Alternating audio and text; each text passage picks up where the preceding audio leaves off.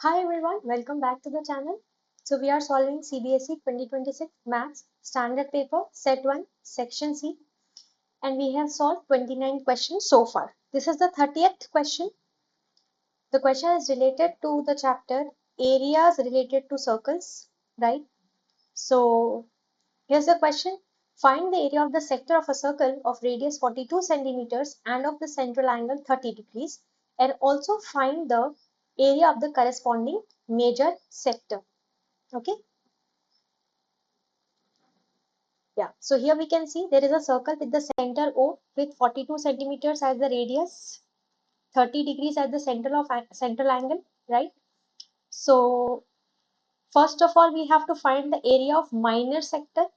Okay, so what is the formula for that? Area of minor sector, that is equals to theta by 360, central angle by 360 into pi r square. That's the formula.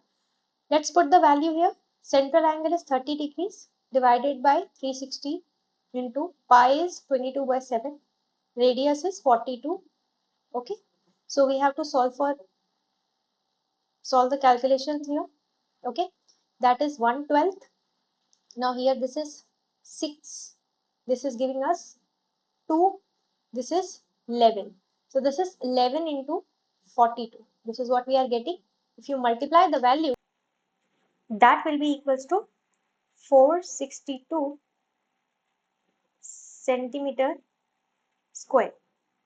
Okay, that is the area of the minor sector. Let's find the area of the corresponding major sector. So we know that area of corresponding major sector is nothing but area of the circle, that is pi r square, minus area of the minor sector, that is 462 centimeter square, that we have already calculated, right? Now let's put the value again into 42 into 42, that is pi r squared minus 462. So this is equals to into 42 minus 462. Now we have to do this calculations. Okay, so let's see here, 132 into 42. So 132 into 42, that will be equals to 264. This is 8, this is 12, this is 4, and that is equals to, yeah, this is 4, not 6. Let's see here, this will be 4, this is 5, and this is, yeah, 5544. Okay, so this is 5544 minus 462. So 5544 minus 462, that will be giving us the answer as 5082 centimeter square. Okay, so that's the area of the major sector. If this is not asked, then we can do this formula directly, and then we will take out common from here, and that then also the calculations will be very simple. Okay, yeah, so that is about this question. Let's see the next one. So this question is related to the probability chapter. Okay, so two dice are thrown at the same time. Determine the probability that the sum of the numbers on the two dice is 5. So that's the first question. So how many total possible outcomes are there? Two dice. So 6 power 2, that means total possible outcomes are 36 possible outcomes. Okay. Now let's see that how many are the favorable outcomes for the first one. Sum of the numbers on the two dice should be 5. Okay. So let me show you here. Yeah.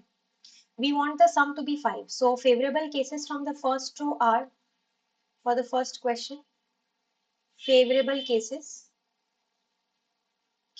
are 1, 4, correct? From the second row it is 2, 3. From the third row it is 3, 2. And on the fourth row, it is 4, 1. In the fifth row, it is not possible because, of course, the sum will be greater than 5. And here also, sixth row is also discarded. So we have only 4 favorable outcomes. So the probability, let's suppose this is event A. So the probability of A is equals to 4 divided by 36. That is equals to 1 by 9. Okay, so that's the answer. Let's see the second one. The difference of the numbers on the two die is 3. Okay, so the difference should be 3. Let's see here which are the favorable cases. So here the difference is 3. So 1, 4, that is one favorable case. Here the difference is 3. Correct. Now let's see, here the difference is 3. Here the difference is 3, 4, 1. And let's see here. Here also the difference is 3. Yeah, rest. Here also the difference is 3. Correct. So these are the favorable outcomes. Okay. Now let's see. Here the favorable cases are 1, 4, 2, 5, 3, 6, 4, 1, 5, 2, 6, 3. So how many favorable outcomes? 1, 2, 3, 4, 5, 6. Let's suppose this is event B. So 6 divided by 36. So here we are having 1/6 as the probability. Okay. So that is the answer for this question. And this is the answer for the second question. I hope it is clear. If you have any doubts related to any of the questions that we have solved so far, feel free to comment below and ask your doubt. And if you have any doubt in any question, you can post that question also in the comment section. Okay. So we have finished section C here. We will be starting with section D in the next video. Please like, share and subscribe the channel to receive the notification about the upcoming videos. And yeah, see you in the next video. Thank you everyone.